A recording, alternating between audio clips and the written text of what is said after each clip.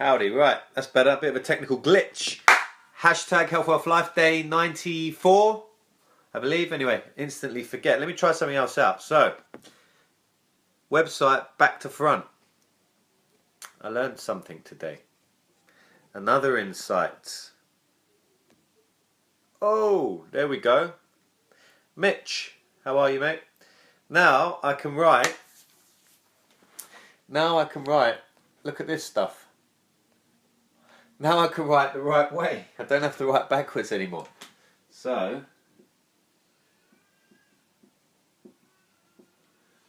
I can write your name forwards. Sweet. All good. Rose, I can write your name forward. Yes. That is cool. Right then. So, anyway, what's the insight today? That's one insight. So I learned how to flip the camera. So I no longer, this kind of works back to front, but still. I no longer have to write backwards, which was a skill that I was developing.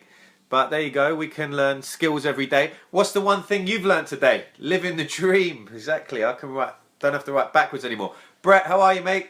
Can't write forwards. I mean, now I can write backwards.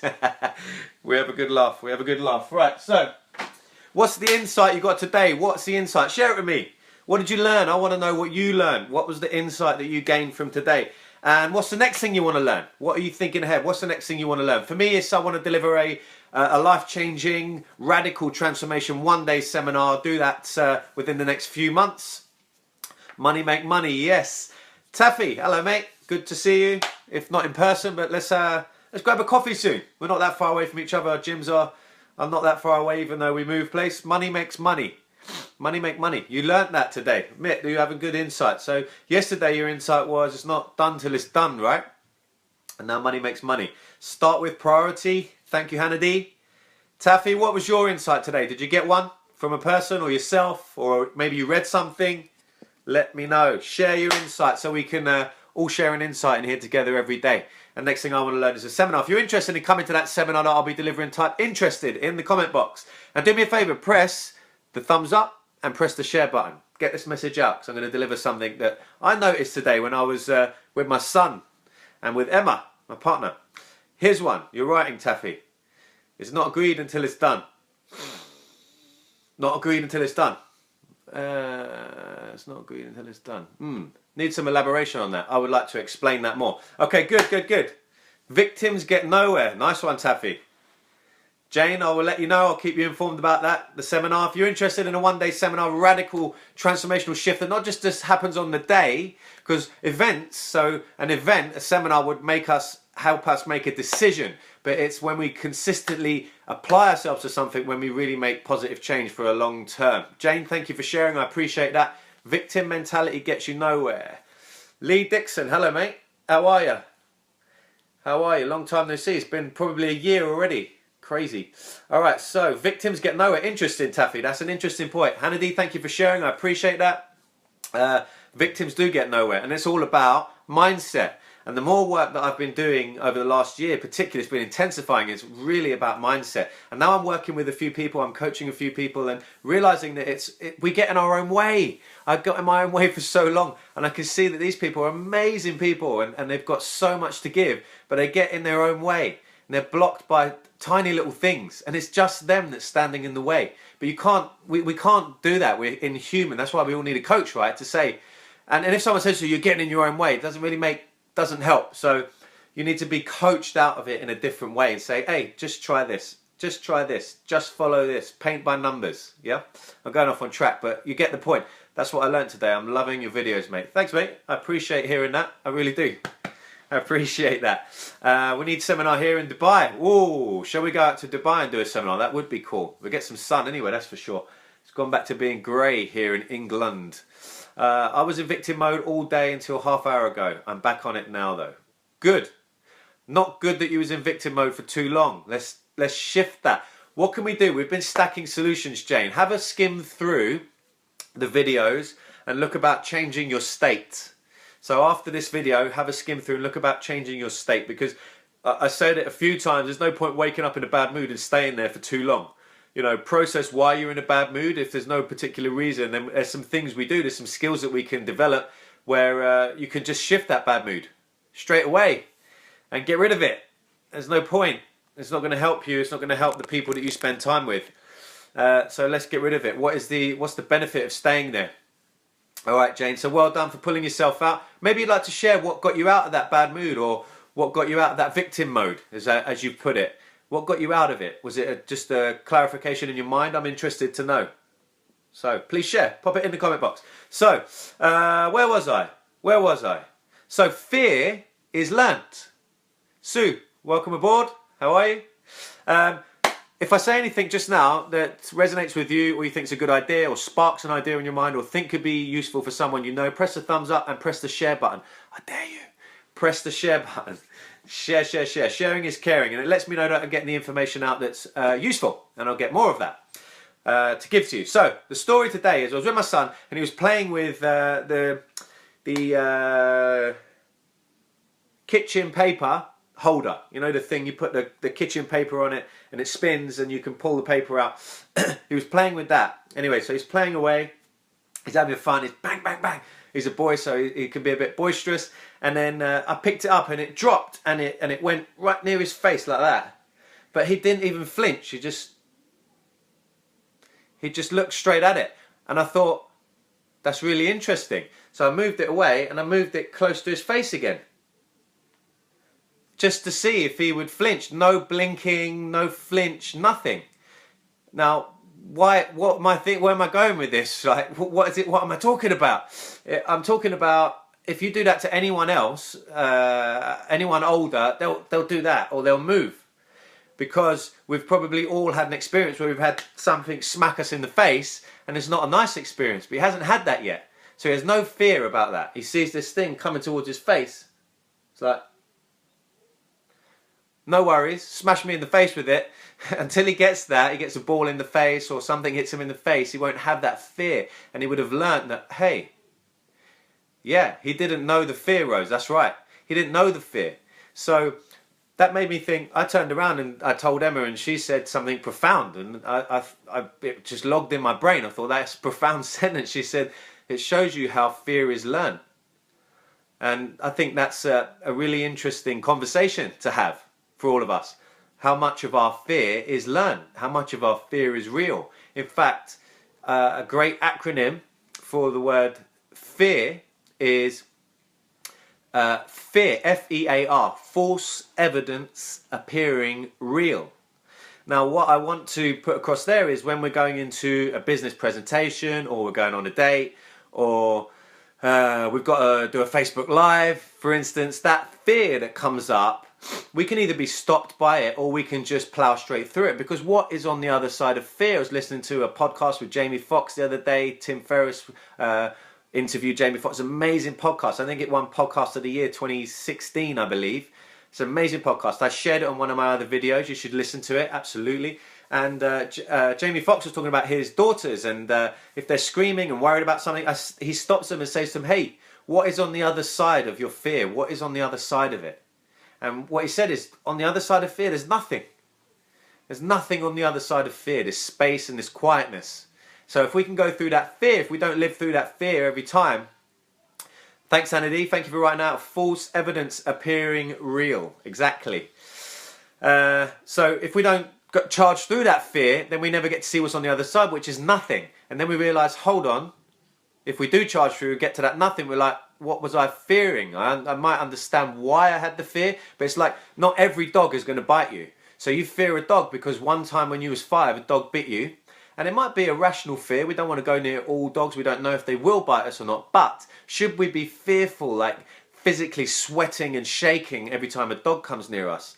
I don't think so. We need to be free of that. And should we take that fear into the boardroom, for instance, on a business meeting, or we have a fear of walking into the gym on our own, for instance. I know there's a few people that have that fear. They don't quite know what they're doing, so they fear making a mistake. They just don't go to the gym, and it works as an excuse. So I want to eradicate, I want to explode, I want to destroy those excuses, those little feelings of fear that come up. Now, the other thing is, when you're feeling fear, one of the other beauties, I got this from Gay Hendricks from his book, The Upper Limit. Brilliant book. Read that book as well.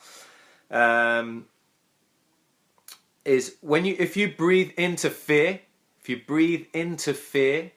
so breathe deeper, smoother, it turns into excitement. So the difference between fear and excitement is very, very close. Fear and excitement is very close. Okay? So breathe into it. When you start feeling that fear, that's a little tip. Just keep breathing into it deeply, smoothly, keep going. So Jane, what did you say? I was feeling fat and miserable and felt poorly with food choices. Started looking into what's near me and feel like it's not so much of a battle. Daft really and wasted the day, but hopefully I'm good. Okay, projection is a bad idea. So look, you noticed what you was doing wrong. Felt miserable and fat, poorly, blah, blah, blah. So notice sooner, Jane, notice sooner. Just have a check-in every hour, every half an hour, every 15 minutes, every 5 minutes. Just check, how am I feeling? Am I feeling upbeat? Am I feeling energized? Am I feeling empowered? How am I feeling? And generate that feeling and get used to generating that feeling. I said this loads of times now. Jim Rohn said, if life is a series of events, how do we positively impact each experience, each moment? Life is a series of moments. Life is a series of experiences. If we can make each experience or each moment, in the most part, a little bit happier, a little bit more buzz about it, then you're going to look back and say, yeah, my life was good. I was happy. I had an upbeat vibe. Oh, wow, things went really bad that day, but I took them on really well. I did my best. I really lifted myself up and everyone around me. I was listening to Simon Sinek yesterday, and he said most of the interviews he's done with business companies, and they call themselves family when you're a proper company. I'd like to start calling this group of family that we can really lean on each other and help each other out. And he said most of the time, companies, they said it wasn't, we landed that £1 million business. We landed that £2 million business. It was, wow, when everything went tits up and we all, chipped in. We all got in the trenches and started working together. We all got there and it was amazing how we all worked together and supported each other like a family. So it's important to view things in the right way. Very important. So the fear is learned. Fear is learnt. That's what I wanted to say. So is it natural or is it not? I'd say, yeah, it's natural. It's natural to have a fear. We shouldn't go near all snakes and start picking snakes up. Some of them can kill us and bite us. Same with spiders, right? But we shouldn't have a fear about all spiders or all dogs or all snakes, because it's not rational. We can have irrational fears. I suppose that's the problem, really, when our fears become irrational. So we're taking the fear of a failure. Once we did a present, we'd started singing in front of our family at Christmas one time when we were 5, and a few people laughed, and that was it. Now you can't walk in to give any public speaking. It's very touchy when we're kids, but is it learned? And what have we learned? And is it something we want to stick around? If we're in a bad mood, do we want to stay in that bad mood? If we fear public speaking, if we fear doing a Facebook Live, if we fear doing a presentation at work or in the boardroom, if we fear walking into a gym, fine if you're happy with it, but if it's hindering you, what can we do about that? First step is, what you're talking about, Jane, is to notice it. Hey, I've got a fear around that, or I've got my heart's beating. You might not notice it as a fear, because most people don't walk around and say, I'm inflamed. Most people walk around and say, oh, my knee's killing me, or my shoulder's been giving me good. So with a fear, you're going to be saying, I'm out of breath, or my heart's beating really fast. Yeah, or I'm sweating, why? Okay, so that's all signs and symptoms, if you like, but we need to notice, first of all, fear is learned. It's so true. A childhood message from my parents, be careful. Been undoing it ever since. Exactly. What our parents teach us, don't copy, money doesn't grow on trees, and don't trust strangers. We should probably do all those things. My friend Pete Cohen always says that, and he's right. It's a great little saying. Money kind of does grow on trees. Isn't it made out of paper of some kind? Treated paper? I would think. Anyway, good to see you, Gina. Happy you're in here, and thank you for your comment. Really appreciate that. Our parents, really important. So this is actually a lesson I learned from my son. So I'm very careful about the language I use around my son and what I'm telling him. I want to encourage him to be fearless, but not stupid. but to be fearless and to try things on and to learn. So we need to know where to put our fear. This is a rational fear. Let's have a fear around this. This isn't. This is ridiculous. I'm being stopped by this fear and I don't need it. Okay, how do I get rid of it? False evidence appearing real. Now we could use something, we could use an NLP technique where we actually anchor in, thanks Gina. So we could use a technique where we anchor in the opposite of the fear. So we anchor in positivity and confidence and drive, and we anchor that in and bang, and then we feel that fear coming up and we trigger that anchor, whatever the anchor is. We'll talk about this another time.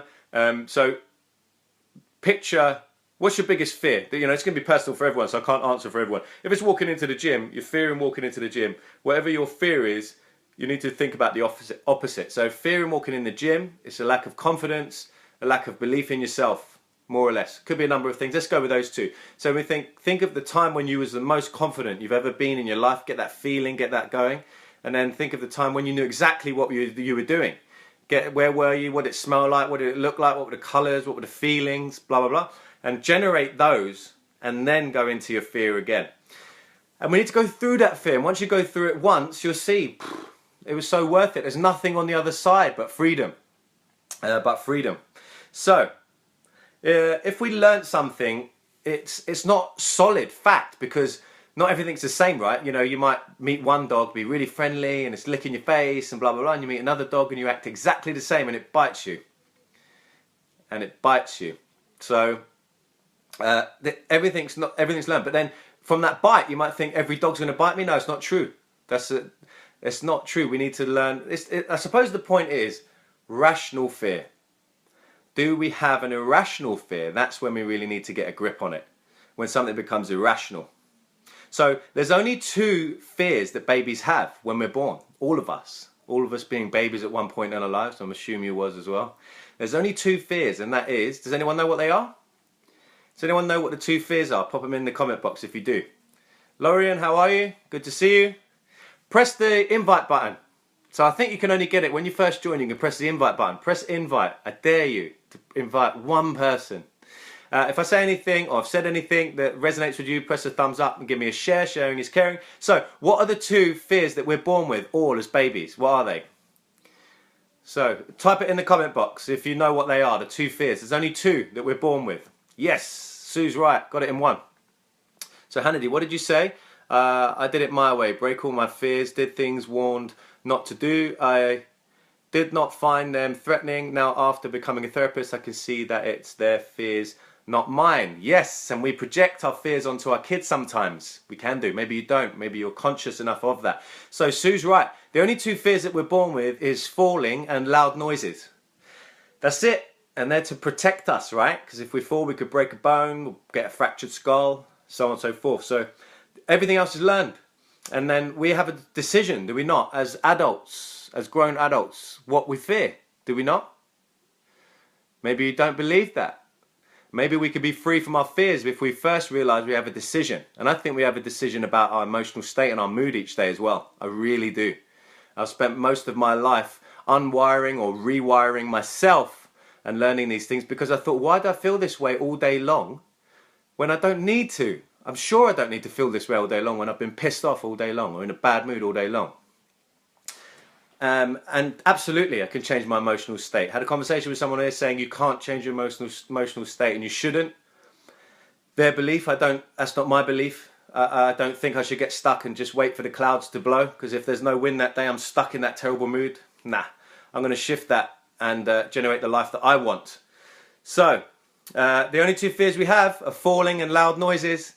Everything else is learned. So think about your fears. Notice your fears. Like Jane noticed her mood and changed it. Let's notice our fears over the next 24 hours and just be aware of them. And then say, do I want that? Do I want to keep that? Let's get rid of it if we don't. And let's think about that. Think about how we can go through that fear. Go through that fear. And what's on the other side of that fear? Nothing. Space, quietness, peace. Go through that fear. You'll be glad you did. All right. So, if